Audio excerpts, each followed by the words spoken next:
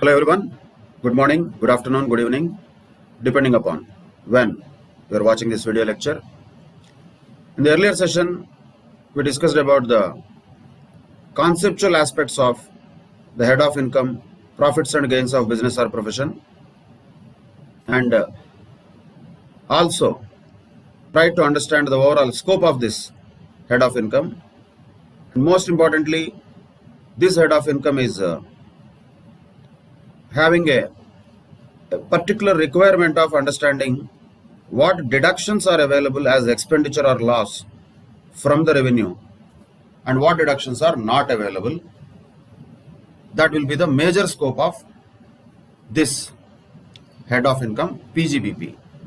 But before going to the deductions part, let us first understand the charging section of this PGBP, which is contained in section 28. If you really go through section 28 in the Income Tax Act, that itself runs into number of pages, and most of that might not be even useful for us also. That is why, once again, rather than going from definitions point of view, let us go from conceptual point of view, or particular points which will be treated as incomes under this head of PGBP according to section 28 in a nutshell. Of course, naturally, as the head indicates, profit and gain of any business or profession will be definitely taxable. That is a core thing, and that is the only thing actually that we will most of the times look at in this chapter. But not only that, there are certain other things also which could be taxable under this head of income. We should know them, because if some point comes related to these items, we should understand if these are taxable in this particular head. What are those things? Normally, profit and gain of any business or profession is self-explanatory. That is a profit or gain. And of course, as we know already, income always includes negative income also. It could be loss also, but we don't use the word. We use the word profit or gain only. That is taxable anyway. But not only that, there are some other things also. Like what? Like compensation or any other payment due to or received by an Indian company or other company in India for termination or modification of the terms of an agency. Any compensation is received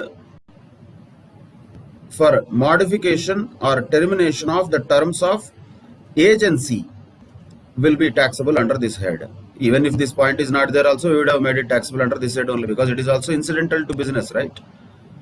Just for understanding purposes, let us say in Hyderabad, Maruti Suzuki was having a dealer, let us say, called Varun Motors. And while giving dealership to Varun Motors, maybe they would have entered into an agreement saying that it will be the only dealer in entire Hyderabad. After some time, maybe because of the business requirements, Maruti Suzuki would have given this dealership to another player also, like Mitra Agencies, Sabu, somebody else. Then Varun Motors will not agree. So they will require some compensation. If Maruti Suzuki gives such compensation to them, that will be taxable as PGBP, because it is also business income. There is nothing special in that. If there is any termination of an agency contract or modification of the terms of an agency contract, compensation received or earned in respect thereof is taxable under PGBP. And income derived by trade, professional or similar association from specific services. We discussed this earlier, if you recollect, called as the theory of agency, the theory of mutual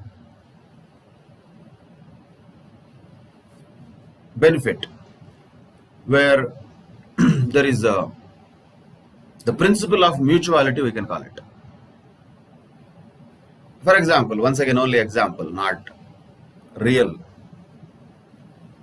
ICAI renders certain specific services to the members.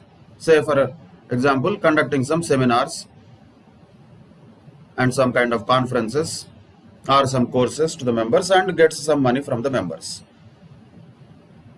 That would be taxable as income, that we understood earlier. And where it will be taxable? Under PGBP it will be taxable. But why we are using the word specific services here? Because if any trade professional or similar association performs generic services to the members, that is not at all taxable, because that is mutuality. I cannot earn income from myself. So similarly, a trade professional or a similar association cannot earn income from its own members, because members and that association both are same. They are not different. But that is for general things like annual subscription, those things. Those are not incomes at all. But if any specific services are performed, then they are incomes, and definitely those will be taxable under the head of PGBP. And we discussed this with examples like clubs also earlier. Same logic applies. Annual club membership paid by the members is not taxable for the club. Why? Because it is mutuality. A member is paying to club means he is paying to himself. It is like just a pool of money among the members themselves, they are utilizing for themselves. So there is no point of income in that case. But if the same club operates or organizes a function or a party, annual day function or something like a New Year party, and earns some profit out of that specific event, that will be taxable, and that will be taxable under PGBP. And not only the money, even perquisite also, the benefit or perquisite, whether convertible into money or not, arising from business or profession also is taxable. For example, if a doctor gets a gold ring from his patient in appreciation of his services to the patient, the value of that gold ring will be also treated as his professional income, legally speaking. Whether he will tell that ring is there or not is a secondary story. We are always thinking that the SSC will disclose everything.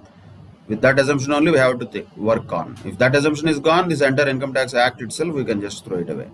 So, if there is any perquisite in kind received by any person from their customers or clients or patients, whatever you call them, that also will be taxable as business income. So what should we understand from this is, there is no necessity that the business income has to be in money form only, not necessary.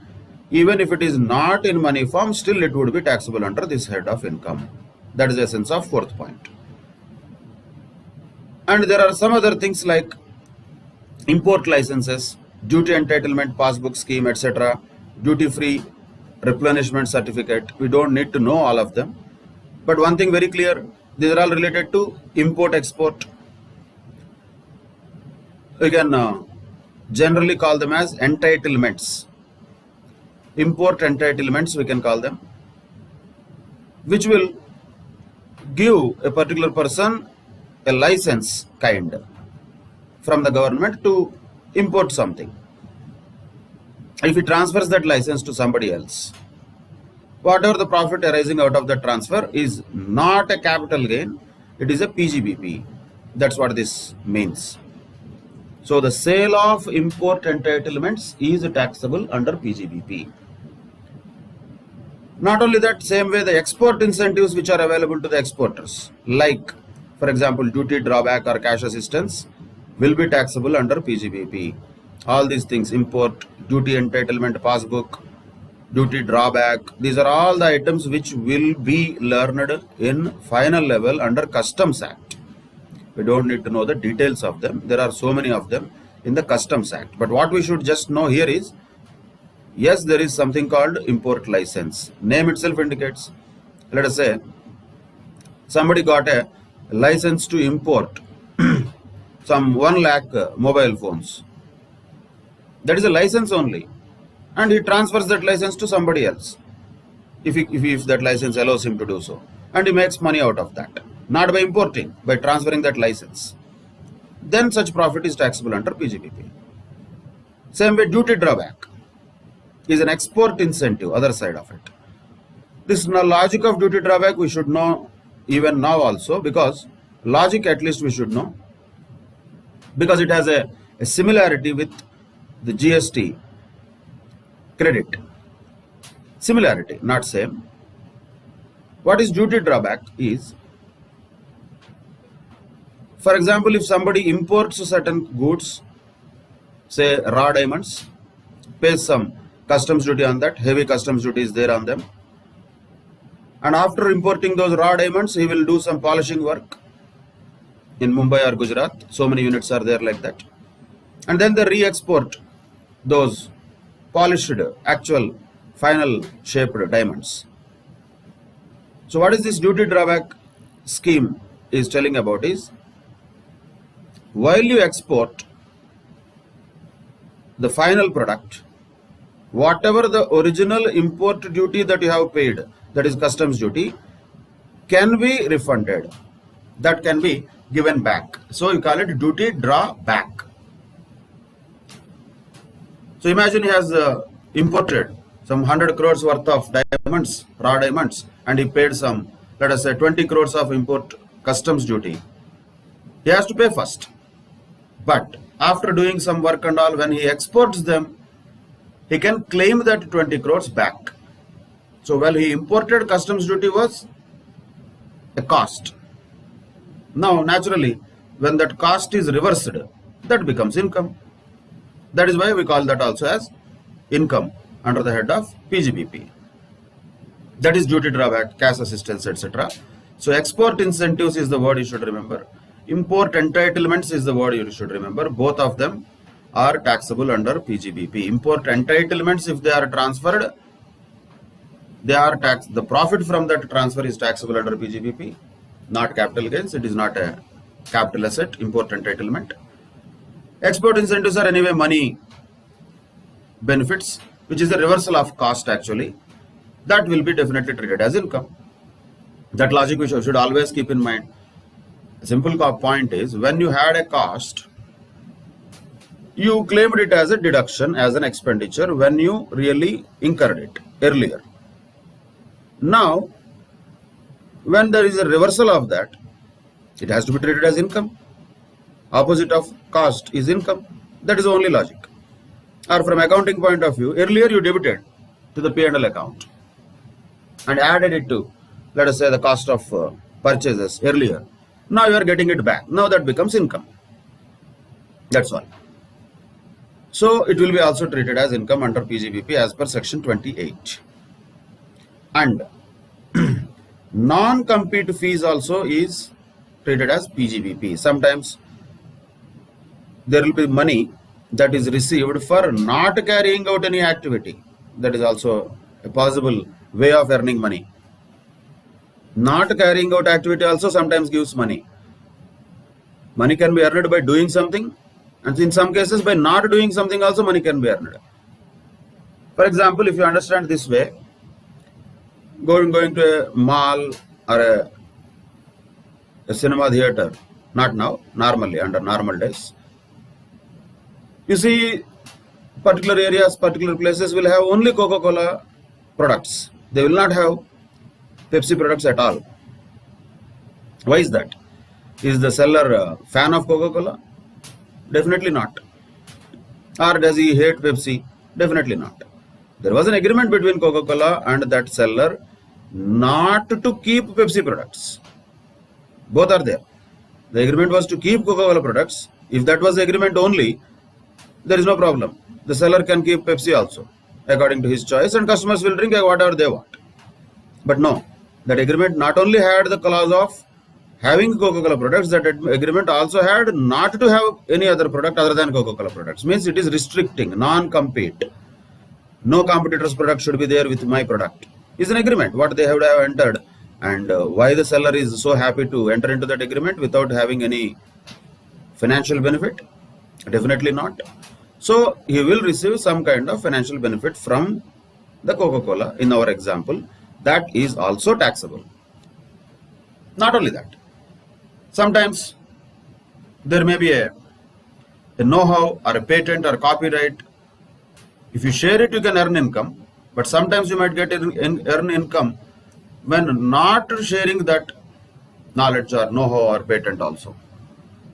If anything is like that, then also that will be treated as PGBP. And though illegal, but this is practically what happens mostly in the tenders, contracts. Let us say there is a road contract that is announced in the newspaper. Some 5-6 contractors are very much interested in tendering for that contract. What usually also happens, though illegal and all, but practically what happens is, some of the people will contact among themselves and they say, boss, for this particular contract you don't submit your bid. Stay away from this contract and bid process. Why the other person will agree that? Okay, muscle power, rowdyism, what we see in movies, that is all separate thing. But the person might be given some money for staying away from the contract, for staying away from the bidding process. In other words, for not doing something. He is not getting money for doing some activity, he is getting money for not carrying out any activity. Such type of money also will be taxable under PGBP if there is anything like that. And the sum received under key man insurance policy, including bonus on such policy, will be taxable under PGBP. Of course, when? If the sum is received by the employer. Key man insurance policy, always, whenever this word comes, 3 things should immediately pop up in our mind. Who is the one finally receiving the proceeds of the policy? That should be the core point. If employee receives it, fully taxable in the hands of employee. If employer receives, then also it is taxable. But now, under the head of PGBP. In case of employee, it was taxable under the head of salaries.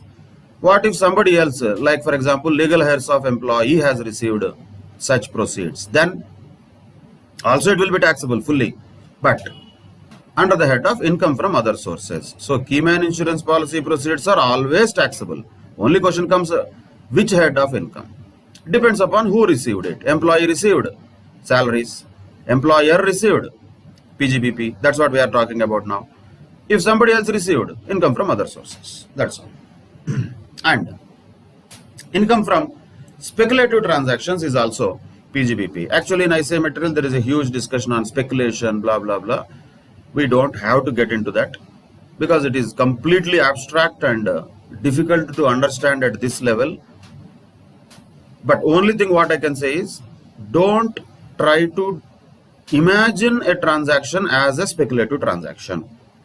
We are not the ones to define what is a speculative transaction, what is not a speculative transaction. That is none of our business. Let us not imagine that. Why I am telling this is, lot of people will have this creative thought, naturally, which is not wrong, but we feel, I also agree with that. What about buying and selling shares in stock market? Is it speculative or not? If I ask a question, most of you would say, yes, it is speculative. But no, as per law, it is not a speculative transaction. So like this, so many contradictions are there. What we normally think and what the law says completely are different. So point is, we don't need to enter into that speculative area of business in this chapter, in this head of income. But one point we should remember, important thing, what is useful for us, that we should remember. What is that? PGBP does not distinguish between any business and speculative business. Doesn't matter. Speculative transactions income also is considered as income under the head of PGBP. But one more point is there. The books of accounts have to be maintained for speculative business separately. That's all. In other words, the transactions related to the speculative business and transactions related to a normal business cannot be mixed up. Separate books of accounts have to be maintained for speculative business. Why? We will come to that later. But at least now what we should know, speculative business is also a business.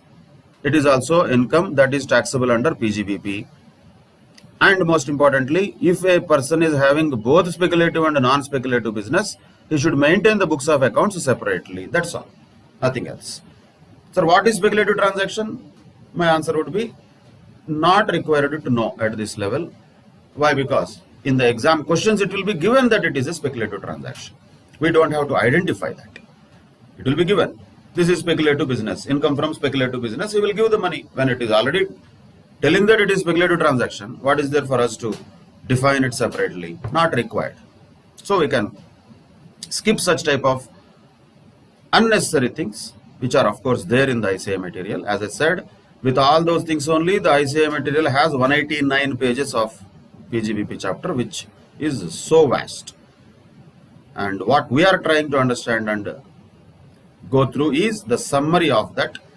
More than summary of that, the useful part of that. There is so much of things which are not useful at this level, and they're not going to really add any value also for understanding this chapter. So no need to waste time on that. That's why speculative, non-speculative. That's all. These are the only two words that we should know. If nothing is mentioned, normally everything is non-speculative only. You should not speculate about whether a business is speculative or not. No, that is not our job. Don't assume that business is speculative. Not. There are so many things that require to be satisfied in order to call something a speculative transaction. Actually, the law has defined what is not a speculative transaction in such a way that there is no speculative transaction that is left over. So we don't have to worry about all that. Simply speaking, two businesses, if SSC has, one speculative, one non-speculative, he has to maintain books of accounts separately. Dot. That is enough. Then, another point, 10th point here is the sum received in cash or kind. See, cash or kind is always there. We don't have to separately tell that every time. On account of any capital asset. Capital asset being demolished, destroyed, discarded or transferred if the whole expenditure is allowed as deduction under 35 AD, which we will discuss later anyway. But logic again you have to keep in mind, because the topic has come, we should know this also. There are certain variety sections in PGBP where capital expenditure is also allowed as deduction fully. So we should definitely know the distinction between capital expenditure and revenue expenditure from accounts point of view. Revenue expenditure is debited to the P&L account. Capital expenditure is shown as an asset on the asset side of balance sheet, of course, subject to any depreciation each of the years. That depreciation portion only will be debited to the P&L account. In other words, simple words, revenue expenditure is charged against the revenue in one shot as a debit to P&L. Capital expenditure is also charged against revenue, but not in one shot, in installments. And what do we call that installment as? That is what is depreciation. So, normally for accounting purposes, logic also, capital expenditure cannot be allowed as deduction. It cannot be treated as a debit to P&L. But that is accounting. We are talking tax. Certain provisions to encourage certain types of businesses in Income Tax Act will allow the SSC to even consider the capital expenditure as a full deduction. In normal P&L account, you cannot debit an asset to the P&L account. But here, capital expenditure is also allowed as deduction, though it is against the normal principles. We are not talking normal principles here, we are talking law. Law allows under section 35 AD, for example, also under section 35 also, there are certain areas where the law will give deduction for capital expenditure also. That means the entire asset cost has been already written off. Already it has been charged against the revenue. To that extent, profits have already been reduced completely in one shot. After getting this benefit, after 1 or 2 years, let us say, SSC behaves over smart and sells that asset. Already you have claimed a 100% deduction on that expenditure in the form of purchasing the asset, and then you are selling that asset. No problem, sell that. But if you sell that, will that be a capital gain because it is a capital asset? No. It will be still treated as PGBP. Why? Simple logic. When you allowed something as a deduction earlier, now that situation is reversed. Automatically that becomes taxable. The logic wise, even duty drawback also similar. No? Earlier you claimed customs duty paid on import as deduction. Now you got it back. So call it as income. Earlier, in this case, you have claimed a deduction for the capital expenditure under 35 or 35 AD. Now you are reversing that by selling it off. Then naturally whatever the money received will become taxable because you claimed a deduction earlier. Now that situation has been reversed. Or can they not sell their entire life and all? No, there are conditions there. Those things we'll discuss in the latter part of this chapter. But at least logically we should understand now that any expenditure which has been claimed as deduction earlier, if that situation is reversed, that expenditure earlier which was allowed as deduction now becomes income. That is a simple logic. Everywhere you have to apply. In this chapter, multiple times we will apply that. That is why I said this is a logical chapter. If you understand the logic, same thing will be applied in different places. Duty drawback also same logic. Actually, keyman insurance policy also same logic. Why? Because when the employer has paid keyman insurance policy premium on the lives of some key personnel in his company, in his business, that was debited to P&L because that was expenditure for that employer earlier. Now he got a return on that or proceeds of the keyman insurance policy which got matured. So earlier debited, now it has to be treated as income. Same logic applies to duty drawback also. And same logic applies to assets sold. Even though they are capital assets, still any sum received by transferring those capital assets will still be treated as PGBP, since a deduction already has been claimed under this head of income earlier. When the reversal of such situation happens now in the form of demolition, destruction, discarding or transfer, the situation has to be reversed. Earlier it was allowed as deduction, now it becomes taxable. That is part of section 28. Then another important point, this also I think we discussed earlier, but once again very important point to note. Any interest on capital or interest on loan or salary or other remuneration received by a partner from the partnership firm or LLP shall be chargeable to tax under PGBP. They shall be chargeable to tax under PGBP. Remuneration, because it is salary to partner, it cannot be taxed in the hands of the partner under the head of salaries. No, we already discussed that in the chapter of salaries. So salary to partner, remuneration to partner will be taxable under PGBP in the hands of partner, whoever earns it. Same way, interest on capital or interest on loan, that is not taxable under income from other sources for partner. It will be taxable under PGBP only. But to what extent? To the extent it was allowed as an expenditure in the hands of the firm under section 40B, which we'll discuss anyway later, because the firms would have debited this as an expenditure. Which one? Remuneration paid to the partner, or interest on capital to the partner, or interest on loan to the partner. These are expenses for the firm. They would have debited their P&L. But according to 40B, there are restrictions on that. So it would not be fair to allow a deduction which is lower, and on the other hand for the income earner to make it fully taxable. So what extent the amount will be taxable in the hands of the partner? It is the same amount which was allowed as deduction to the firm under 40B. So for the expenditure part, there is a restriction on 40B. Whatever amount is allowed under section 40B is the same amount which will be treated as income of the partner under the head of PGBP only, that also. For one person, which is a firm, it is expenditure. For another person, who is a partner, that is income. But taxable under this head, that is PGBP. One more thing is added recently, that is when an inventory is converted into a capital asset, then the fair market value of that inventory will be treated as PGBP. Inventory is converted into capital asset. There are two things here which we will discuss in next chapter, capital gains also. And by the way, let me also give a heads up. PGBP and capital gains are very closely related chapters. A lot of things will have commonalities.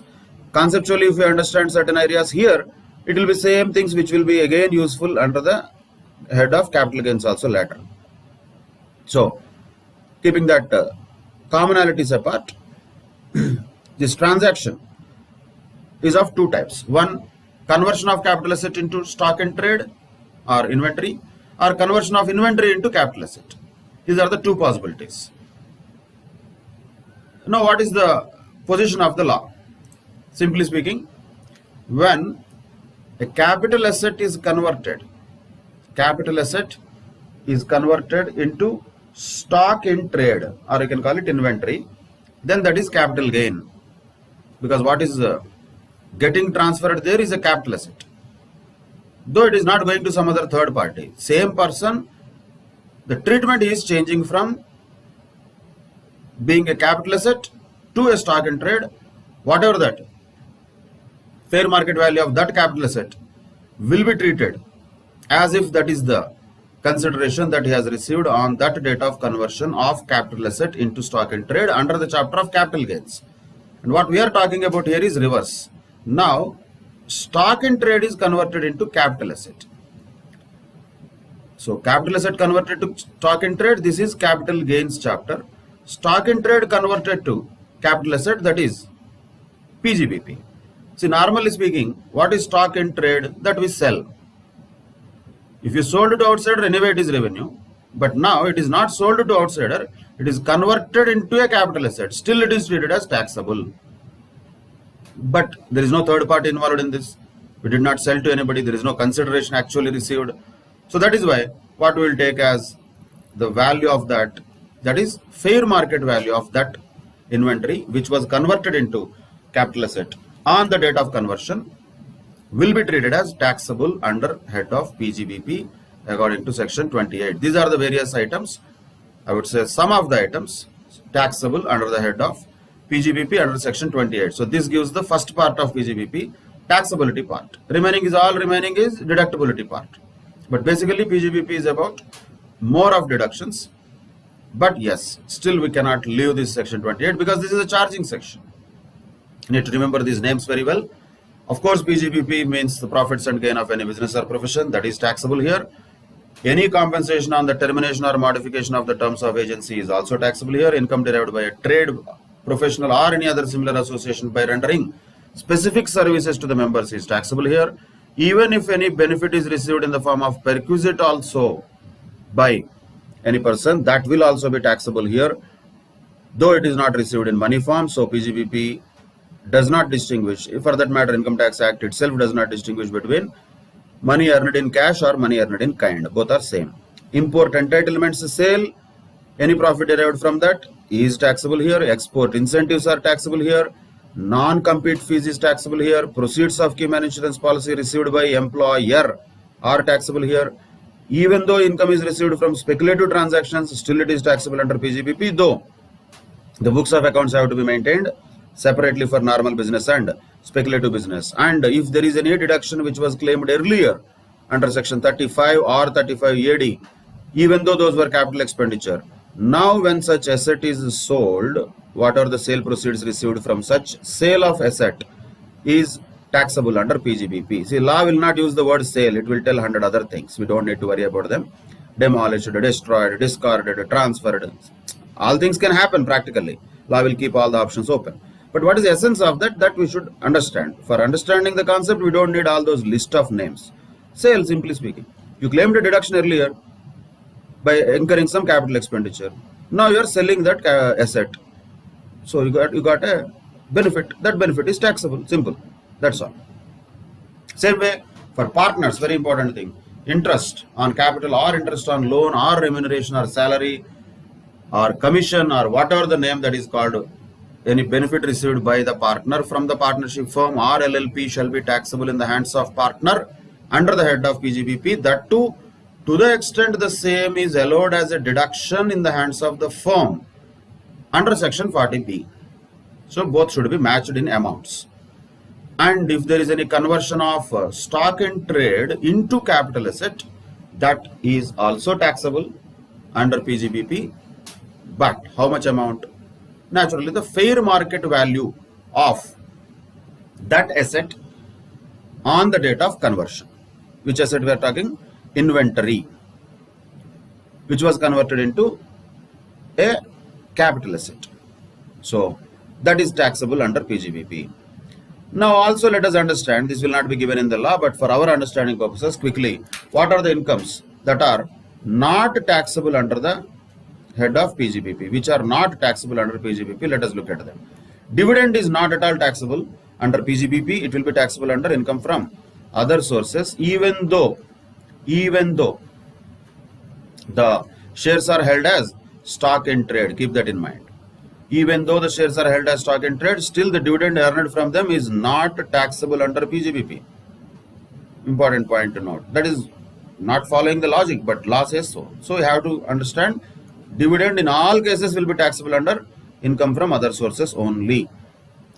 Same way, exempted income naturally will not be taxable. For example, agricultural income exempt under section 10(1). It will not be taxable under PGBP. It is exempt means exempt, by the way. And in certain cases, any gain or loss on the business assets will not be taxable here under PGBP, but it will be taxable under capital gains. We see these things normally, other type of business assets, except these three. Out of them, we already know whatever we're talking about. For example, the sale of an asset used for scientific research, claimed exemption under section 35 earlier. Now, sale of an asset is taxable under PGBP. Sale of asset by power sector undertakings is taxable under PGBP. Sale of asset in respect of which already deduction was claimed under 35 AD, taxable under PGBP. So logic is same for all. You claimed a deduction under PGBP earlier. Now, reversal of that situation will make it taxable under PGBP. Other than them, other business assets, if they are sold and any gain or loss is there arising from that, that will be taxable under capital gains, but not PGBP. Then, casual incomes will never be taxable under PGBP, even though the SEC says my business itself is to buy lottery tickets. My business itself is to go and bet on the horse races. SEC can say that. He says that it is my profession. I only gamble. My profession is to go and play gambling in casinos, let us say. Though not available throughout India. Yeah, there are places like Goa, some places where there is casinos and other gambling things are there. Same way, horse races are legal in India. That is a variety. Playing cards is not legal. Lotteries is legal. That too in some states it is illegal. Horse races is legal. Lot of big race courses will be there. And there will be horse races getting conducted. People will go there and bet on those horses and sometimes lose, sometimes win. If they win money, imagine a person is there whose job is only doing this daily. Still he cannot say it is his profession. Always it shall be taxable as income from other sources. So the dividend income and casual income can never be taxable under PGBP. These two things straight away always go to income from other sources. Other points are very direct things. Exempted incomes are anyway exempt, so they will not be taxable. And assets, if they are sold, since they are capital assets, those will be taxable, the gain or loss of them, from under the head of capital gains. Exceptions are there, where you already claimed a full deduction, or deductions for capital expenditure also was claimed earlier in respect of power sector undertakings or specified businesses under 35 AD or assets acquired for scientific research under section 35. In those cases, because you claimed a deduction under PGBP earlier, reversal of that situation will make it taxable under PGBP only. That is the exception. Other than that, other business assets are sold, and if there is any gain or loss coming out of that, that will be taxable under capital gains. We will come to this. This is a very interesting and important aspect. The link between capital gains and PGBP, particularly the assets, the business assets, depreciable assets. We will come to that as part of discussion under section 32 related to depreciation. Of course, some general points also to be noted. Whatever the income that we have understood above under section 28, that shall be computed in accordance with the provisions contained in section 32, 43. That's what we are going to do. And not only that, computation of income under PGBP for income tax purposes is different. That's what I told yesterday also. That is different from income as per books of accounts. These two are not same. As per books of accounts, income is different. That is using accounting principles. Of course, changing them only according to the provisions of the Income Tax Act. We will arrive at the profits and gains of business or profession according to Income Tax Act. That has nothing to do with the company's real profits. For example, if you look at an annual report of a company, what profit they are showing, is it PGBP? Definitely not. That is a profit as per books of accounts. PGBP has to be separately computed. And a question might come, will there be separate books of accounts for tax and will there be separate books of accounts for accounts? That is useless, no? Not required. Accounts will be maintained only as per accounts. For tax, what we can do? We can do adjustments according to the provisions of the Act, plus minus, and arrive at PGBP for income tax purposes. That's what we call as indirect method. Or if you directly take only the taxable incomes and deductible expenses, find out profit taxable under PGBP, that is called a direct method. These also we have discussed yesterday. Of course, we will apply them extensively later, so we will understand them in detail when we apply them also. But names themselves indicate indirect method is more like a reconciliation. Starting with accounting profits, plus minus, you got PGBP. Direct method is direct. Take only incomes which are taxable under 28. Deduct expenses which are deductible somewhere between section 30 to 37. That's all. You got PGBP. So both methods can be followed according to the information that is available. These are the basic aspects related to this topic and head of income, profits and gains of business or profession. Section 28 being a charging section. So far you can also observe this is the biggest charging section, naturally, because this is the biggest head of income also. Definitely we need to know all these items which are all taxable under PGBP, which are not taxable under PGBP, and in general how PGBP is computed. What is the procedure for that computation of PGBP? That is the introduction, I would say, our charging section discussion related to PGBP. And in the next session, we will discuss some more conceptual aspects only. Still, we are not entering into the real provisions of the Act, but those will be important to understand. As I said, if we understand these aspects, that will be easier from a conceptual point of view and a logical point of view rather than legal point of view. So what are those points to be noted before we enter into the real provisions related to deductions ranging between 30 to 37? Those aspects we will discuss in the next session. Till then, take care. Bye-bye.